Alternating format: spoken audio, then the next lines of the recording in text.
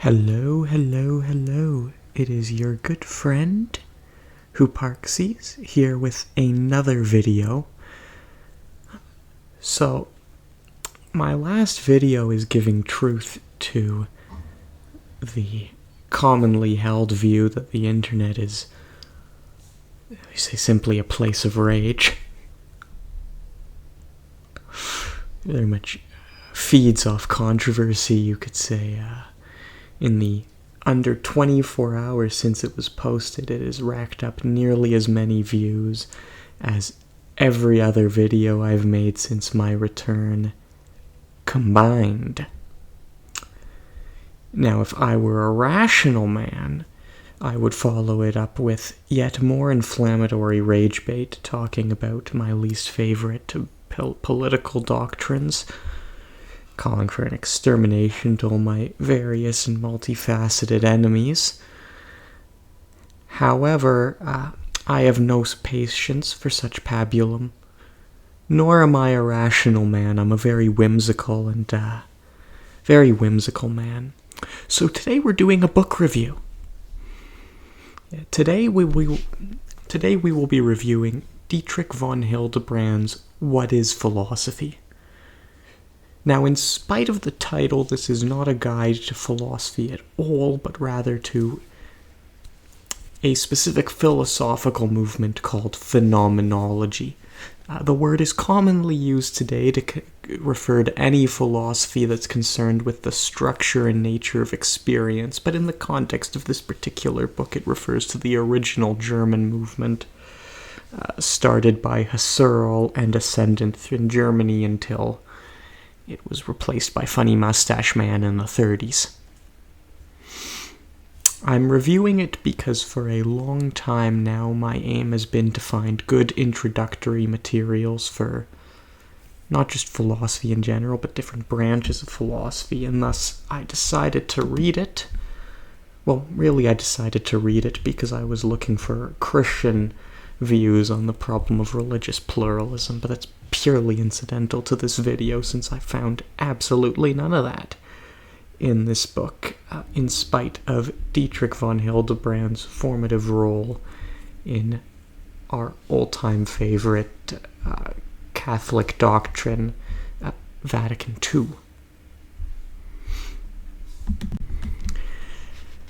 I'm going to confine this review to a discussion of the most useful parts of the book for my audience, under the assumption that most of you will probably not go and read it, and therefore whatever I include in this video will probably be the totality of your knowledge. That's perfectly fine. If I'm being honest, it was far from my favorite book, and life is short. But yeah.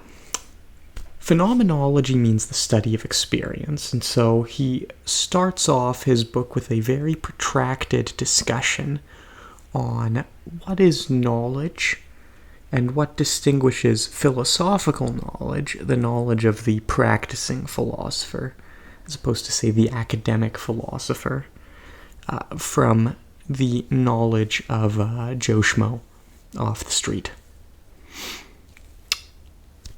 And he starts by discussing what he calls the difference between knowledge of states of affairs and knowledge of superactual knowledge, referenced in the title to this video, which, broadly speaking, is, and I say difference, but really it's a difference merely of it's a qualitative shift rather than two different types of knowledge, as we'll see in just a moment, because knowledge of states and affairs is knowledge of features of reality, what we tend to call facts, although he is not implying the fact-value distinction, which is implicit in the term fact, and thus it's perhaps better if we confine ourselves to states of affairs. Whereas superactual knowledge is knowledge that has gone beyond mere states of affairs, such as, on such and such a date, Caesar crossed the Rubicon, or there is a purple unicorn in my backyard. Trust me, bros. As superactual knowledge is knowledge which goes beyond these states of affairs and colors your entire life by virtue of internalizing itself to your understanding. Because I'm not a smart man, I struggled a little with understanding this distinction originally until the knowledge was crystallized for me during a recent stream I had playing in the background, where I heard the streamer make an observation to the effect that she had had so many Deez nuts jokes made in her general direction that she was now constantly aware of them, even when not thinking about them. Which is to say, they had gone from a drawable fact, something you can pull out in a moment, as in the case of your knowledge of Latin declensions or your knowledge of historical activities in the Middle Ages, into the realm of coloring knowledge that affects the totality of your life. Put another way, these nuts are constantly on her mind. With that out of the way, we can sort of move into, and this is internal to, I guess, all knowledge, at least per von Hildebrand. As I said, I'm merely recapping his views without indicating my personal approval or disapproval, which I will save for another time. But that once this germane distinction between, say, the base state of knowledge and the higher state of knowledge is done, Hildebrand then wants to make the qualitative distinction between what he calls naive knowledge, the knowledge of Joe Schmo, versus philosophical knowledge. Now, on page 46 of the book, and I'm using the recent translation rather than the one in the 70s, he defines philosophical knowledge in the following terms. It, which is to say philosophical knowledge, is directed always towards the general and the foundational, and it aims at penetrating into the depth of the object. Moreover, contrary to naive knowledge, it is always critical and systematic.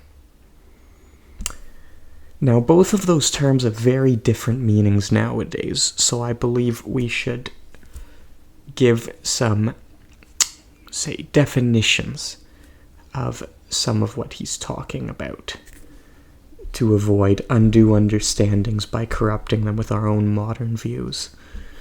Critical here means not condemnatory, nor destructive, in the sense that we apply to critical thinking, which is thinking that aims to dissect an idea. Instead, he defines it in the sense of determining what does or does not count as evidence in respect to the givenness of a thing. His definition of system building would probably be best if I simply read it. I'm reading the footnote to this exact same passage. In claiming that philosophical knowledge is essentially systematic, we do not mean to imply that the philosopher must aim at building up a system. On the contrary, in the Prolegomena to Ethics, another book of the same author, we emphasized the danger of premature systemization. We mean by systematic knowledge a knowledge that does not bask in aphorisms, in the formulation of a limited truth discovered accidentally, but one that proceeds step by step in the exploration of a topic in a conscious, ordered manner, confronting every new insight with former insights. This is a fairly good definition. I would simply like to, I suppose, elaborate to make this perhaps a little stronger, steelman his views, that we're not then talking about something which proceeds stepwise in, say, a Thomistic sense, where we start on page 1 with one preposition and then go for 3,000 pages with yet more propositions, desperately hoping that not one of those propositions is incorrect because it would entail the falsity of the rest of the system.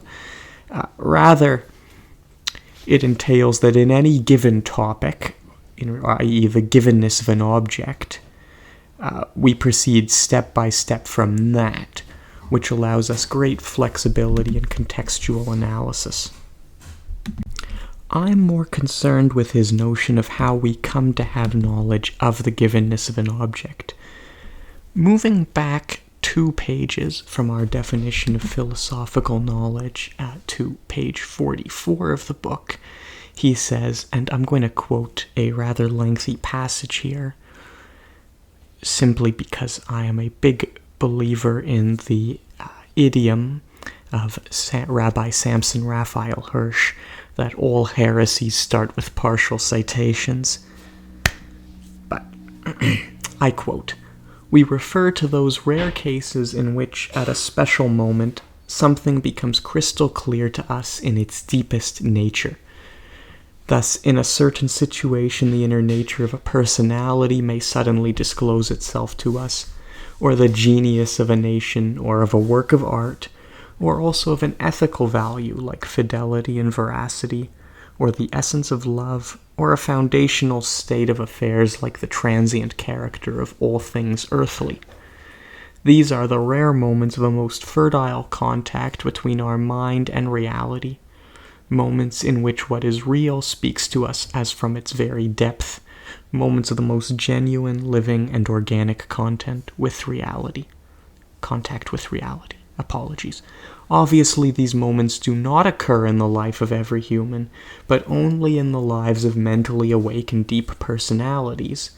On the other hand, only objects characterized by importance and a high content of meaning and value speak to us in a naive experience in this manner." Now, this was a gorgeous paragraph until we got to the last 2 sentences. I'm going to put aside the very last sentence about the importance of objects and their meaninghood, because I intend to do another video. Actually, I intend to do an entire live stream on the essence of objects and whether they must be important from our perspective to speak to us. I'm more concerned with his decision, with how obvious he thinks it is that only mentally awake and deep personalities have these moments of these special moments in which something becomes crystal clear to us in its deepest nature. I think this is wrong.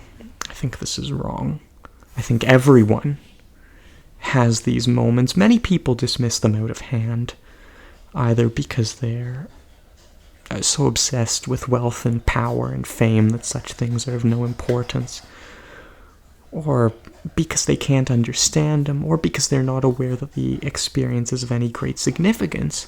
But most people have them, so much so that they're taken for granted in many children's books.